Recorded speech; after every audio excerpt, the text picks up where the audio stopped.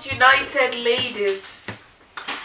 My name is BC Oshundeko and I'm the director of Joy Angel Limited, and I'm also the founder and facilitator behind the Joy Angel Special Needs Parenting Group.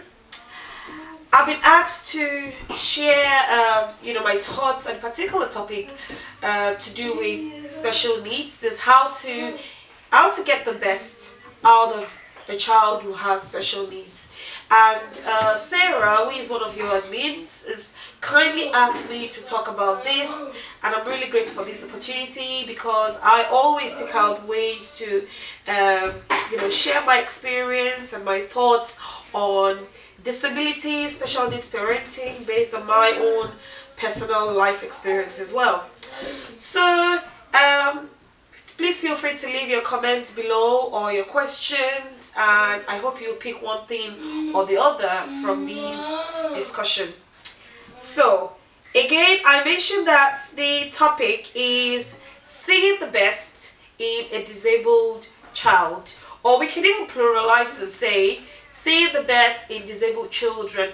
And I think this is a good follow-up to the previous blog post that Sarah actually put together, because Sarah actually wrote about autism and I think cerebral palsy. She's actually shared something on disability previously on this within this particular group. So I would love to share my own thoughts on these subjects on how can we get the best out of our children. So if you're a mother who has a child with special needs like me, I really want to salute you for the wonderful work that you're doing. And if you just simply know somebody who has a child with special needs, I'm also hoping that you'll also be able to pick something or the other from this discussion, so that you can basically see that child for who that child is in a way, and be able to help that child to achieve their potentials in life. So I've introduced myself, but I should also mention that I have two lovely children.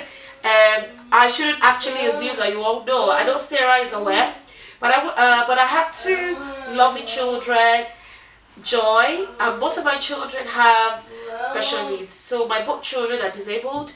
My first child, she's approximately 11 years old, and she was diagnosed with Down syndrome, and she has a couple of physical difficulties and complex needs.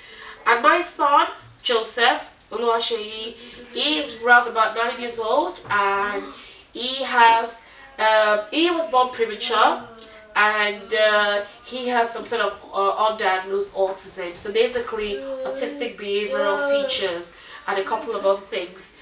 So we're talking about seeing the best in children who have special needs, that's children who are disabled. The first thing I'm going to talk about is acceptance. Accepting your child for who your child is.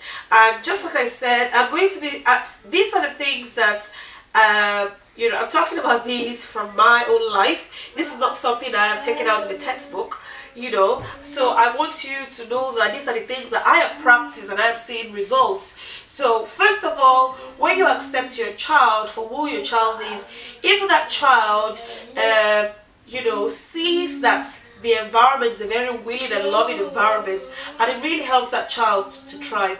I would assume that I used to work in early years, so I used to run a childcare business. So even though my children have special needs, I have also worked with neurotypical children, that's children who have special needs. And I know that when children know that they are believed in, it really does a lot to their confidence. And can I tell you that it's the same as well for our children who have special needs. You have to accept them for who they are, and when I'm talking about who they have, for their conditions. So if your child has baby hydrocephalus, or if your child has autism, or if your child has cerebral palsy, or if your child has Down syndrome, or whatever syndrome, there are different types of syndromes out there.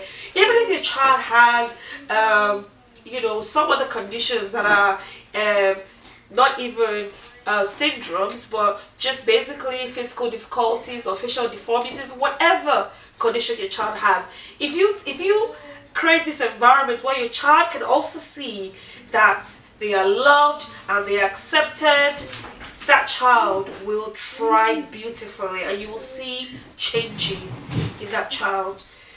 Also, I would also advise that you should learn to see your child first and disability second. So there is this notion in the West that first person language, in a way, where you would say a Down syndrome child, or you would say a cerebral palsy child. When you say a cerebral palsy child, you are putting the diagnosis before the child. But let's remember that that child is first and foremost a human being before that condition. So that child is a human being like you and I. So it is actually more appropriate to actually see the individual in that child first. So even in terms of how you interact with your child like every other child. See your child as a person first. Then obviously accepting that your child has a condition is also very, very important as well, because you can access support and intervention therapies, and I'll go into that later. So see your child first, and then in disability second. This is not being in denial at all. This is mainly saying that I will honor you as a person, I will honor the gifts that God has given to me, and then because you are a human being, and then the disability comes after. So my children, I treat them like I don't treat them like disabled children, if you know what I mean. So I treat them as human beings like myself first, just the way I would love to be treated by my own parents. Then I treat my children like regular children, and then the disability comes after. That's really what I'm trying to say by that point. The other point I would like to share with you is opening up opportunities for your child to learn. This is really, really important, because I find that sometimes when we've been told by doctors that our children cannot do this, they can't do that, sometimes we just give up. And let me just be honest, it's not easy at all when doctors say all those things. It would almost feel like, why do I need to make an effort? Doctors have said this child is going to be, hard of hearing, or maybe blind, or partially visually sighted or something. You wonder, do I really need to make an effort to teach this child to learn? But I want to encourage you that you should still do this out of love. It doesn't matter the outcome. You should do this out of love. Create avenues for your child to learn. When your child is a bit younger, even play-based learning is really important. Music, sounds, touch. These are things that can really help your child to learn. So irrespective of the level your child is in the spectrum of a child's ability, and what I mean is, some children who have disabilities can still talk, they can still walk, or some children who have disabilities might be very complex, and my daughter has very complex needs. It doesn't matter where your child is in that spectrum, even if your child is very advanced or your child is a bit more complex. Still try your best to create learning environments, and it doesn't really matter if your child would not be able to, recite 10 times table back to you. Still sort of like read to them, create avenues that your child can still learn something, irrespective of what the outcome really might be. This is really an act of love, and that way you are throwing your child into a sea of opportunities, and the results can be and your child can actually surprise you. I also want to share another point with you, and that's study your child to understand his or her likes and dislikes. This is really, really crucial as well, because from my experience I find that when a child has a set of diagnoses like autism, comes with its own features and all, we tend to forget that that child is still an individual. That child still has his or her favorite food, his or her favorite drink, his or her favorite, music. Your child still has your child actually has feelings. Your child still has his or her likes and dislikes. And in terms of planning for the future or looking ahead for your child, looking at your child's likes and dislikes might actually guide you, open your eyes into what you think your child will focus on, like in future. For example, my son he's always loved tech. He's always loved computers. So even before he started talking, whilst his speech is not perfect, he's always been typing and things, and so even his teachers also confirming now that he is really, really enthusiastic about anything techie, anything computers. He loves it. So even though he has special needs, it doesn't mean that he doesn't have interest in some certain things. Sorry, I have a cold. So like my daughter, I see her as someone who is very hospitable. She's very friendly. She easily takes to people. So, and that's something about her that everyone loves. She also loves water. She loves swimming a lot. She loves water, and she's always, I mean, even though your child will have lots of things they like, when you spend time with your child and you observe your child, you will notice that there will be probably one or two things out of so many things that your child particularly loves to do a lot more than the others.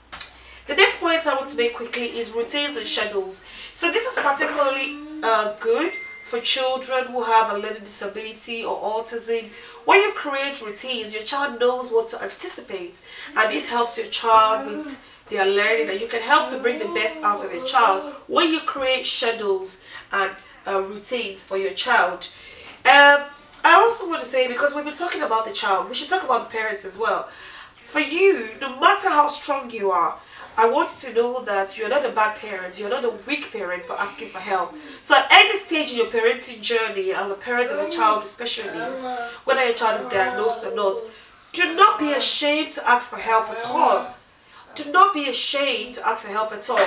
Know your strengths and your weakness. And in the areas where you feel that you do need some sort of support, along your parenting journey, feel free to ask. It is not weakness. Asking for help is not weakness. Believe me, it works wonders. I'm also going to say you should also celebrate your child's achievement. This is my second and last point.